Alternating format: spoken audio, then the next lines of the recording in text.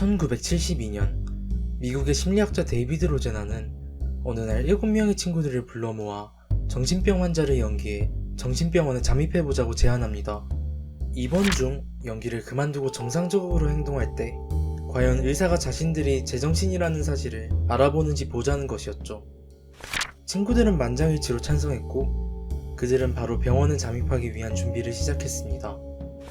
처방받은 약을 삼키면 안 됐기에 약을 혀 밑에 숨겨놓았다가 뱉는 것을 연습했고, 잠입 닷새 전부터는 의심을 피하기 위해 샤워와 양치마저 안 했다고 합니다. 그리고 드디어 당일, 로제나과 친구들은 결과가 편향되지 않게끔 전국 곳곳에 있는 다양한 병원들로 흩어지게 됩니다. 그 중에는 복도에 낙서가 가득한 열악한 시설의 주립병원도 있었고, 깨끗한 시설과 흰 복도를 가진 사립병원도 있었습니다. 정신병원에 입원하는 것은 그렇게 어렵지 않았습니다. 가짜 환자들은 병원 카운터에가 쿵 소리가 난다고 말했습니다. 이는 그때까지 정신의학계에서 한 번도 보고된 적 없는 증상이었기에 그들은 무사히 입원할 수 있었습니다. 입원에 성공한 시점에서 가짜 환자들은 연기를 그만두고 정상적으로 말하고 행동했습니다. 그러나 곧 그들은 자신의 평범한 언행이 앞서 내려진 진단에 맞게 변형되었다는 걸 발견했습니다.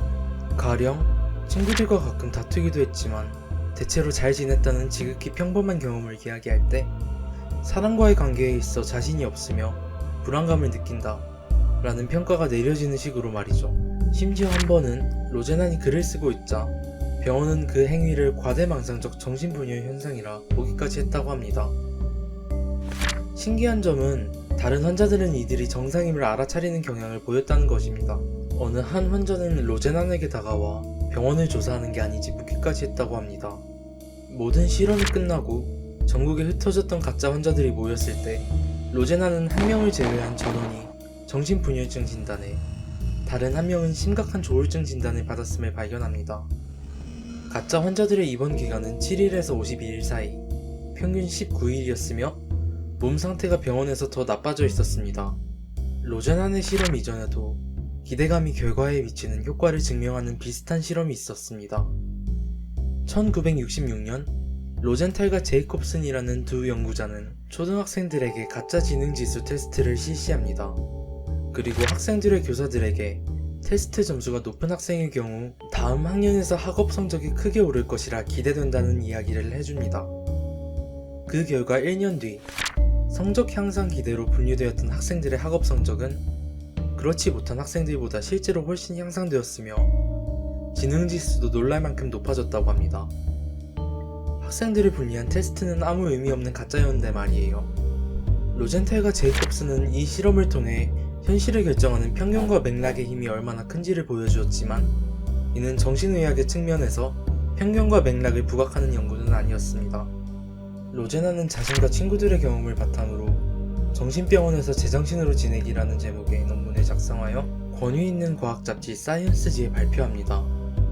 그는 논문을 통해 정신진단은 그 사람의 내면이 아닌 맥락을 보고 내려지기에 신뢰할 수 없다고 주장합니다. 다시 말해 정신과 의사들은 환자가 아니라 환자가 놓인 상황을 보고 있다는 것이었죠. 물론 이러한 로제난의 주장에 정신과 의사들은 붕괴했습니다. 자신들은 도움을 청하는 환자들이 거짓말을 한다고 가정하지 않으며 로제난의 실험에서 의사들이 가짜 환자들을 구분해내지 못한 것은 이들이 의도적으로 잘못된 판단을 유도했기 때문이라며 정신과 의사들은 실험의 타당성을 비판했습니다. 어떤 사람이 피를 한 통 들이마십니다. 그러고는 병원에 달려가서 피를 토하며 살려달라고 한다면 의사는 그에 맞게 치료를 해줄 것입니다. 그런 상황에서 의사가 진단을 제대로 내리지 못했다고 이야기하는 것은 과연 맞는 것일까요? 이것이 바로 정신과 의사들의 주장이었습니다. 논쟁은 커져갔고 결국에는 한 병원이 로제난에게 도전장을 내밀기까지 이르렀습니다. 이 병원은 로제난에게 3달 동안 자신의 병원에 가짜 환자들을 보내면 찾아내보겠다고 제안합니다. 권투가 기질이 있었던 로제난은 이를 받아들이고 그렇게 심리학자와 정신의학계가 정면으로 맞붙게 됩니다. 과연 결과는 어땠을까요? 약속했던 3달이 지난 후 병원은 로제난이 총 41명의 가짜 환자들을 병원에 보내왔다고 확신에 차 주장합니다. 하지만 이는 틀렸습니다. 그것도 한참 크게 말이죠. 로제나는 단 한 명의 환자도 보내지 않았던 겁니다. 그렇게 수십 년간 이어져 왔던 정신의학의 황금기는 끝나게 됩니다. 이 사건을 계기로 정신의학계 내에서도 보다 진단에 있어 명확한 지침이 필요하다는 의견이 나왔고 많은 변화가 이루어지게 됩니다. 정신분석의 교과서 역할을 하던 DSM의 세 번째 판은 2판에 비해 분량이 200페이지나 늘어났으며 진단의 타당성을 확보하기 위한 지침은 엄격해졌습니다. 로제난의 도전은 오늘날까지 인간의 정신에 관한 수많은 연구들에 영향을 미치고 있으며 과학으로서의 정신의학을 각성시키는 계기가 되었습니다. 영상 재밌게 보셨나요?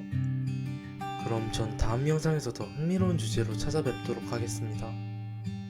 교양상자였습니다. 감사합니다.